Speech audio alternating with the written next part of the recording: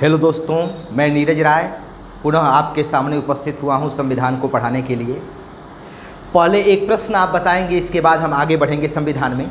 ठीक है, एक प्रश्न आपसे हम पूछ रहे हैं कि कैबिनेट मिशन के तहत जो संविधान संघ बनाएगी, प्रांत कितने वर्षों के बाद उस पर समीक्षा के लिए बैठक बुला सकते हैं? कितने वर्षों बाद? 5 वर्ष, 7 वर्ष, 6 वर्ष, 10 वर्ष? कैबिनेट मिशन के तहत संघ का जो संविधान बनेगा, प्रांतों को यह अधिकार दिया गया था कि एक समय के बाद जो संविधान की शर्तें हैं उस पर पुनरीक्षा के लिए एक बैठक बुला सकते हैं, मांग कर सकते हैं। कितने वर्षों के पश्चात? तो दोस्तों आपको पता है 10 वर्षों के पश्चात। ठीक है, चलिए आगे बढ़ते हैं। अच्छा है, पिछले क्लास में हम लोग अंतरिम मंत्रिमंडल पढ़े। ठीक है दोस्तों, अंतरिम मंत्रिमंडल जिसके विषय में अंबेडकर जी ने कहा है कि यह एक देश की सरकार है जिसे 2 राष्ट्र चला रहे हैं। ये टिप्पणी किए हैं डॉक्टर भीमराव अंबेडकर कि यह एक देश की सरकार है जिसे 2 राष्ट्र चला रहे हैं। ये अंतरिम मंत्रिमंडल के बाद हमने कहा था दोस्तों कि विभाजन और स्वतंत्रता दोनों एक ही दिन हमको मिली है। तो ये जो कैबिनेट मिशन के प्रावधान चल रहे हैं, संविधान सभा चल रही है, इसी के बीच में हमारा विभाजन भी हुआ है और स्वतंत्रता भी मिली है। ठीक है, तो पहले उसको क्लियर कर लेते हैं, इसके बाद आगे बढ़ते हैं। चलिए, जैसे पिछले क्लास में आपको मैंने बताया कि लॉर्ड माउंटबेटन भारत के गवर्नर जनरल बनकर आए 1943 में, और उन्हें निर्देश देकर भेजा गया था कि जो बंटवारे का मामला है उसको सुलझा दें और ये बंटवारे की मांग न हो। मतलब एकीकरण के लिए उनको भेजा गया था, बंटवारे के लिए नहीं। अब देखिए, कल के क्लास में आपको मैं बताया कि 3 जून 1947 को माउंटबेटन एक योजना प्रस्तुत करते हैं जिसे माउंटबेटन प्लान कहा जाता है। इसी के तहत भारत पाकिस्तान का बंटवारा हो गया। इसी को बाल्कन प्लान भी कहा जाता है, कल के क्लास में आपको बताए हैं। तो माउंटबेटन प्लान के तहत बंटवारा होता है। यदि आपसे प्रश्न पूछा जाए कि माउंटबेटन भारत गवर्नर जनरल बनकर किस उद्देश्य से निर्देश से भेजा गया था, तो चूंकि बंटवारा किस प्लान के तहत होता है? माउंटबेटन प्लान के तहत होता है। तो एक पल के लिए दिमाग में हमारे आ सकता है कि बंटवारे के लिए, लेकिन नहीं, बंटवारे के लिए पहले उनको नहीं भेजा गया। पहले भेजा गया कि ये दोनों जो मुस्लिम लीग है, कांग्रेस को समझाएं और भारत को संयुक्त रखने का प्रयास करें। लेकिन जब वो आए और यथास्थिति से परिचित हुए तो पुनः वापस इंग्लैंड गए और कहे कि बिना बंटवारे के संभव नहीं है। तब उन्होंने 3 जून 1947 को एक प्लान प्रस्तुत किया जिसे माउंटबेटन प्लान के नाम से जानते हैं या बाल्कन प्लान के नाम से जानते हैं। इसी के तहत भारत पाकिस्तान का बंटवारा हुआ। ठीक है दोस्तों, अब ये जो पाकिस्तान शब्द है इसके विषय में थोड़ा सा जान लेते हैं। पाकिस्तान शब्द के विषय में थोड़ा सा जान लेते हैं कि ये जो द्विराष्ट्र सिद्धांत है इसके विषय में थोड़ा सा जान लेते हैं। दोस्तों, सबसे पहली बार 1930 में मुस्लिम लीग का इलाहाबाद में अधिवेशन चल रहा था। ठीक है, और मोहम्मद इकबाल, आप जानते होंगे कि ये कवि भी थे, दार्शनिक भी थे, शायर भी थे और राजनीतिक चिंतक भी थे। मोहम्मद इकबाल, इन्होंने ही लिखा है सारे जहां से अच्छा हिंदुस्तान हमारा। जब 15 अगस्त को हमारा देश स्वतंत्र हुआ दोस्तों, तो मोहम्मद इकबाल के द्वारा रचित सारे जहां से अच्छा हिंदुस्तान हमारा और रविन्द्रनाथ टैगोर द्वारा रचित जो हमारा राष्ट्रगान है जनगण मन, MS सुब्बा लक्ष्मी ने गाया है। MS सुब्बा लक्ष्मी ने गाया है। ये प्रश्न GS में पूछा गया है कि 15 अगस्त 1947 को सारे जहां से अच्छा और जनगण मन किसने गाया है? MS सुब्बा लक्ष्मी ने गाया है। यह GS में पूछा गया प्रश्न है।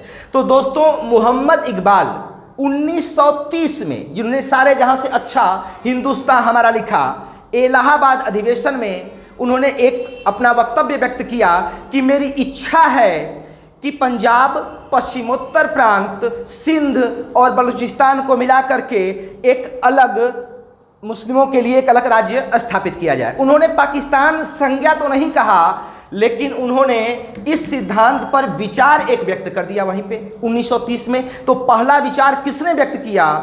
मोहम्मद इकबाल ने 1930 में व्यक्त किया। ठीक है, इसके बाद पाकिस्तान शब्द जो ये संज्ञा है पाकिस्तान, ये नाम किसने दिया है? कैम्ब्रिज विश्वविद्यालय के एक विद्यार्थी थे रहमत अली, उन्होंने पाकिस्तान नाम दिया है। जो पाकिस्तान शब्द है रहमत अली, ठीक है। फिर 1940 में लाहौर में मुस्लिम लीग का अधिवेशन हुआ और मुस्लिम लीग ने स्पष्ट रूप से इस अधिवेशन में पाकिस्तान की मांग की। बहुत बार यह प्रश्न पूछा गया है कि मुस्लिम लीग ने पाकिस्तान की मांग किस अधिवेशन में की? 1940 के लाहौर अधिवेशन में, ठीक है। मोहम्मद अली जिन्ना ने किस चीज की मांग की? पाकिस्तान की मांग की। तो ये पाकिस्तान, यहां इस प्लान के तहत भारत पाकिस्तान का बंटवारा हो गया दोस्तों, ठीक है। अब आगे बढ़ते हैं, इसके विषय में जानने का प्रयास करते हैं।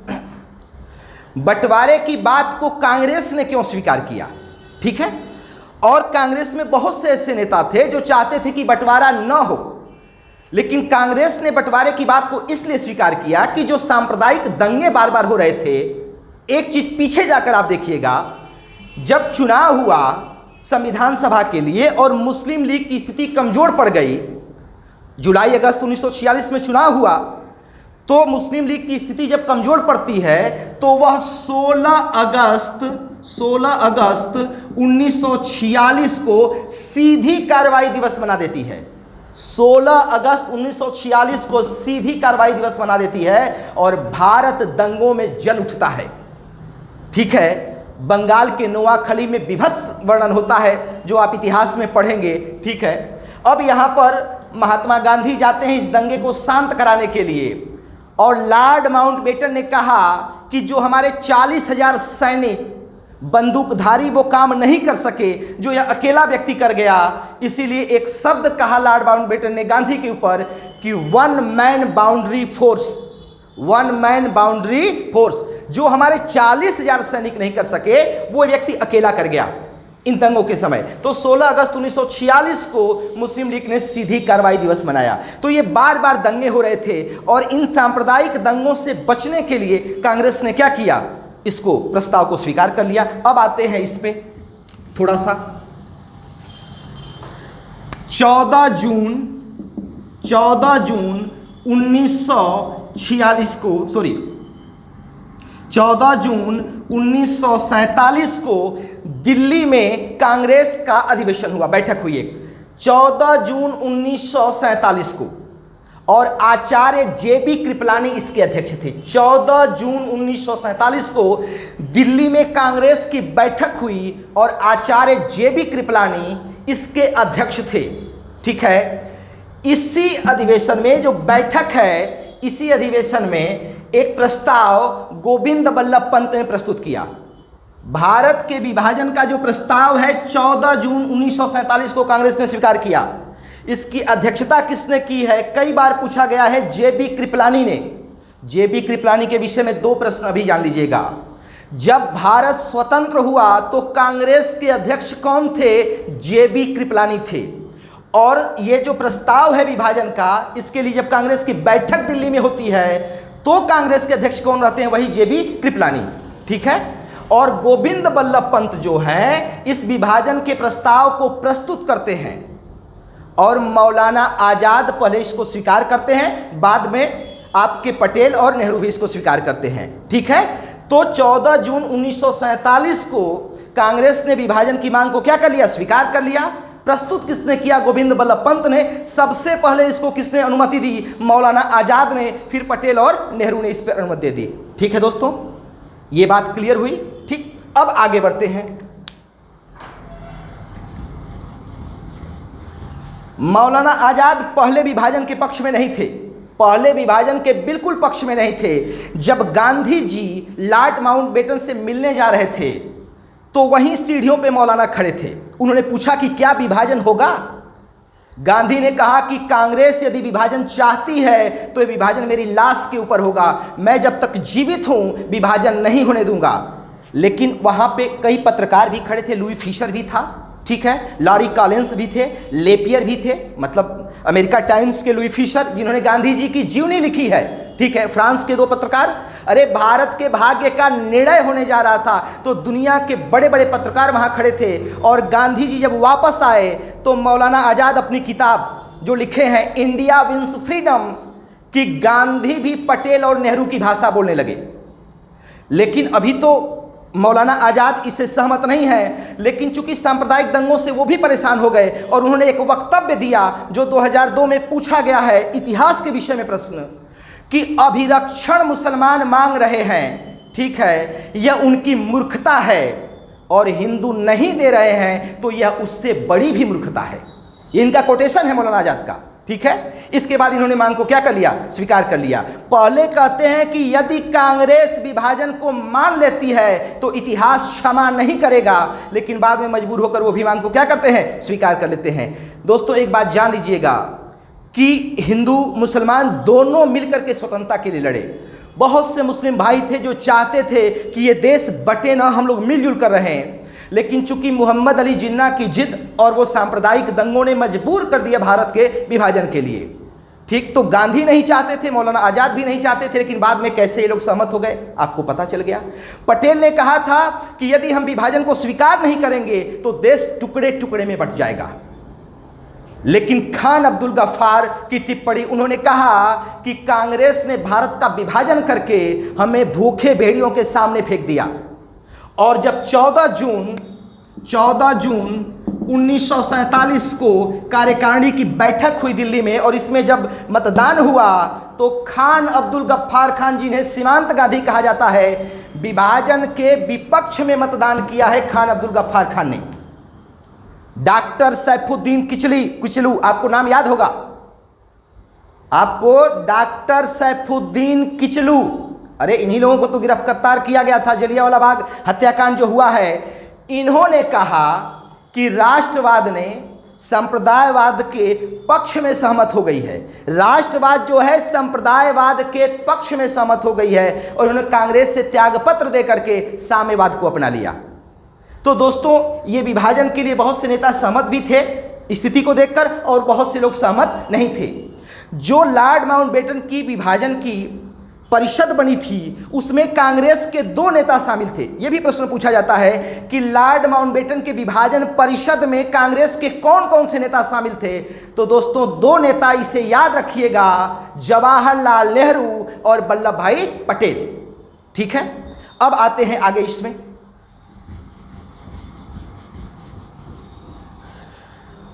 विभाजन का जो मसौदा तैयार हुआ वो किसने तैयार किया। आप जानते हैं कि लॉर्ड माउंटबेटन के राजनीतिक सलाहकार कौन थे, वीपी मेनन थे, जो बाद में भारत के रक्षा मंत्री भी हुए। इन्होंने ही विभाजन का मसौदा तैयार किया है, वीपी मेनन, ठीक है। अब आगे आते हैं, जब ये विभाजन की बात हो गई तो भाई एक लाइन तो बनेगी भारत पाकिस्तान के भीतर।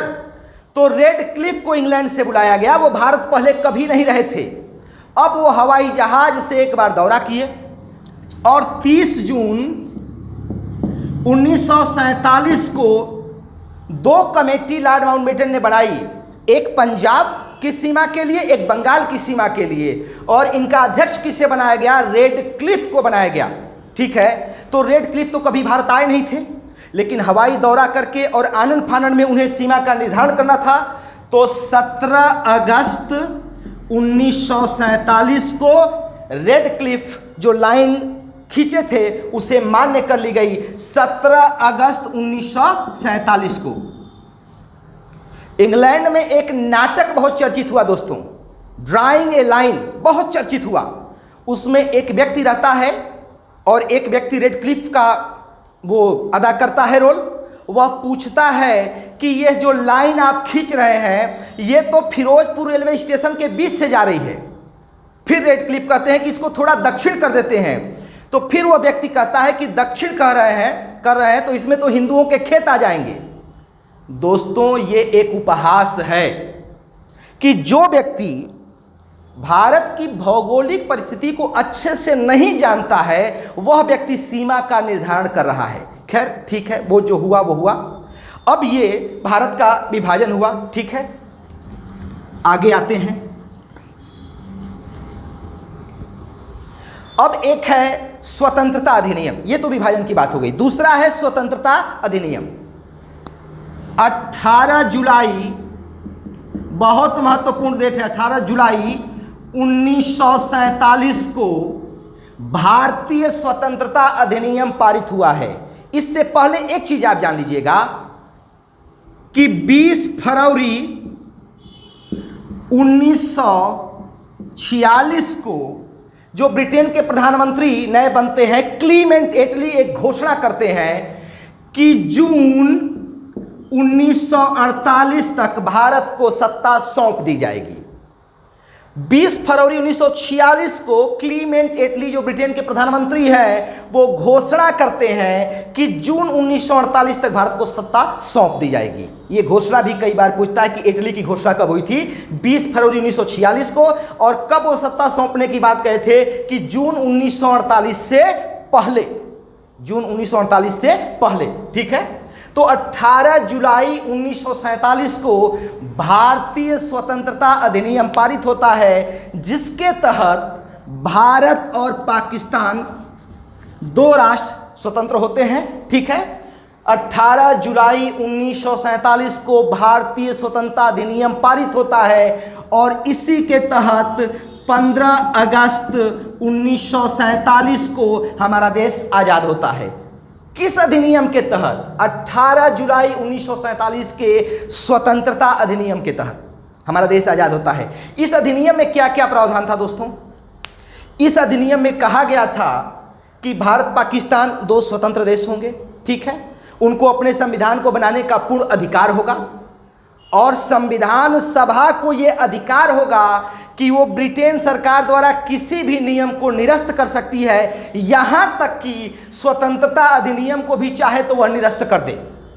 ठीक है, भारत सचिव का पद भारत में समाप्त किया जाता है, वायसराय का पद भारत में समाप्त किया जाता है, वायसराय का भी पद समाप्त कर दिया गया, भारत सचिव का भी पद समाप्त कर दिया गया, और देशी रियासतों को यह अधिकार दिया गया कि चाहे तो वो भारत में रहें या पाकिस्तान में या स्वतंत्र स्थिति बनाए रखें। ठीक है, उनको ये अधिकार दे दिया गया था देशी रियासतों को। इसमें स्वतंत्रता अधिनियम में ये देशी रियासतों के लिए थोड़ा सा ये समस्या हो गई कि जब उन्होंने कह दिया कि चाहे भारत में विलय कर लो चाहे पाकिस्तान में, तो यहाँ जाकर के आगे इतिहास में पढ़ेंगे तो कुछ चीज़ें आपको सामने आएंगी। लेकिन 18 जुलाई 1947 के स्वतंत्रता अधिनियम के तहत भारत क्या हुआ है? स्वतंत्र हुआ है। ठीक है दोस्तों, अब वायसराय का पद समाप्त हो गया। अब यहाँ एक चीज़ आप जान लें थोड़ा सा, इसके बाद आगे बढ़ते हैं थोड़ा सा दोस्तों। 1858 में भारत का शासन ब्रिटेन के सम्राट के हाथ में चला जाता है। महारानी विक्टोरिया के समय हमारे देश का शासन उनके हाथ में चला जाता है। ठीक है, और इस समय पहले वायसराय कौन बनते हैं? लॉर्ड कैनिंग पहले वायसराय बनते हैं। पहले भारत सचिव कौन बनते हैं? लॉर्ड स्टैनले ये पहले बनते हैं। ये 1858 की घटना बता रहे हैं दोस्तों, जब 1858 में भारत का शासन ब्रिटेन के सम्राट के हाथों में चला जाता है। ठीक है, और स्वतंत्रता के समय देख लीजिए, जब भारत स्वतंत्र हुआ 1947 में भारत स्वतंत्र हुआ तो ब्रिटेन के सम्राट जॉर्ज खस्टम थे। जॉर्ज खस्टम जो थे वो ब्रिटेन के सम्राट थे। कब? 1947 पे। उन्हीं की अनुमति इस पे मिली है, सम्राट की अनुमति स्वतंत्रता अधिनियम पर। ठीक है, तो कौन सम्राट थे? जॉर्ज खस्टम। वायसराय कौन था उस समय? माउंटबेटन वायसराय थे। ठीक है, और भारत राज्य सचिव कौन था? William Hare. अब यहां देखिए दोस्तों, जब हमारा भारत देश ब्रिटेन के सम्राट के हाथ में गया तब महारानी विक्टोरिया थी, वायसराय लॉर्ड कैनिंग हुए और भारत राज्य सचिव लॉर्ड स्टैनले हुए। जब हमारा देश स्वतंत्र हुआ तब जॉर्ज खस्टम ब्रिटेन के राजा थे, माउंटबेटन भारत के वायसराय थे और विलियम हेयर भारत राज्य सचिव थे। जब कैबिनेट मिशन आया तो पैथिक लॉरेंस भारत राज्य सचिव थे, और जब भारत स्वतंत्र होता है, जब पद समाप्त किया जाता है भारत सचिव का, तो अंतिम भारत सचिव विलियम हेयर रहते हैं। ठीक है दोस्तों, चलिए आगे बढ़ते हैं।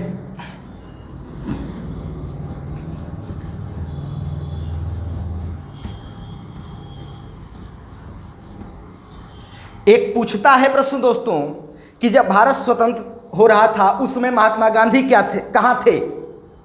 ये दंगे जो भड़के थे ये शांत होने का नाम नहीं ले रहे थे। जब भारत स्वतंत्र हो रहा था उस समय महात्मा गांधी नोआखाली में थे, बंगाल में, दंगों को शांत कराने के लिए। तो ये हो गया स्वतंत्रता अधिनियम और ये भारत का विभाजन हो गया। अब आते हैं संविधान सभा के विषय में दोस्तों।